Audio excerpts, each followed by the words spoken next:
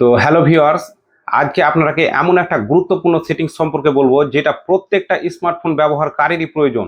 আমরা সাধারণত যে স্মার্টফোনে ফটো ভিডিওগুলো ক্লিক করে রাখি, ওর মধ্যে থেকে যেগুলো আমাদের পছন্দের ফটো ভিডিও সেগুলো কিন্তু আমরা গুগল ড্রাইভ বা হয়তো অন্য কোনো থার্ড পার্টি অ্যাপসে সেগুলো আমরা স্টোরেজ জমা করে রাখি, যাতে ওই ফটো ভিডিওগুলো আমাদের কাছ থেকে কোনো সময়তে হারিয়ে না যায়।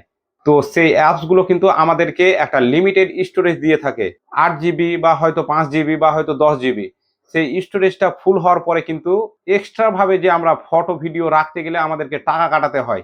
আজকের এই ভিডিওতে আপনারাকে এমন একটা ট্রিক্স বলে দেব, যে ট্রিক্স আপনারা করে রাখলে আনলিমিটেড ফটো ভিডিও আপনি রাখতে পারবেন সম্পূর্ণ ফ্রিতে। এর জন্য আপনারাকে কোনো রকম টাকা পয়সা কাটাতে হবে না। তো কিভাবে এই সেটিংসটা করবেন, চলেন স্ক্রিনের দিকে লক্ষ্য রাখেন। প্রত্যেকটা স্মার্টফোন ব্যবহারকারীর মোবাইলে যে ফেসবুকের অফিসিয়াল অ্যাপটা আছে, এই অ্যাপটা ওপেন করবেন। প্রথমে এটা ওপেন করার পর আপনার যে ফেসবুক আছে সেই প্রোফাইলের উপরে ক্লিক করবেন। এরপর আপনি একটু নিচের দিকে স্ক্রল করবেন, এখানে দেখুন ফটো বলে একটি অপশন পাবেন, এই ফটোর উপরে ক্লিক করবেন। এরপর এখানে দেখুন tag photos, profile picture, cover photos বলে যে অপশনগুলো আছে এগুলোকে একটু বাম দিকে স্ক্রল করবেন। এখানে দেখুন অল অ্যালবাম বলে একটি অপশন পাবেন, এটার উপরে ক্লিক করে দিন। এটার উপরে ক্লিক করার পর এখানে দেখুন প্লাস একটি আইকন পাবেন, এখানে ক্লিক করুন। এরপর এখানে যে অ্যালবাম নেম, আপনি এখানে আপনার পছন্দ মতো একটা আপনার নাম দিয়ে দিবেন অ্যালবামের, আমি এখানে দিয়ে দিলাম। এরপর দেখুন হু ক্যান সি দিস, এখানে যে অপশনটি আছে এর পাশে দেখুন একটি আইকন আছে, এখানে ক্লিক করবেন। এরপর এই টাইপের একটা ইন্টারফেস আসবে। এখানে দেখুন সি অল বলে একটি অপশন আছে, এখানে ক্লিক করবেন। এরপর অনলি মি বলে যে অপশনটি আছে এটার উপরে ক্লিক করে দিবেন। এখানে নিচে দেখুন ডান বলে একটি অপশন পাবেন, এখানে ক্লিক করে দিবেন। এরপর ওপরে দেখুন সেভ বলে একটি অপশন পাবেন, এই অপশনে ক্লিক করে সেভ করে নেবেন। এইখানে দেখুন আপনার নতুন করে একটি অ্যালবাম তৈরি হয়ে গেল। এইখানে আপনি আনলিমিটেড ফটো ভিডিও রাখতে পারবেন, কোনো রকম আপনাকে এর জন্য টাকা পয়সা কাটাতে হবে না। তো আপনি কিভাবে এখানে ফটো ভিডিও রাখবেন, ফটো ভিডিও রাখার জন্য আপনি অ্যালবামে ক্লিক করবেন।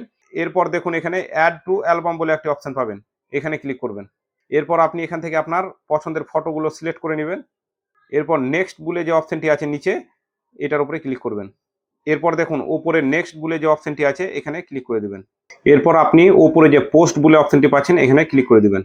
এটা করার পর কিন্তু আপনি দেখতে পাবেন এখানে আপনার ফেসবুকে আপনার ওই ছবি বা ভিডিও যেটাই দিবেন সেটা আপলোড হয়ে থেকে যাবে।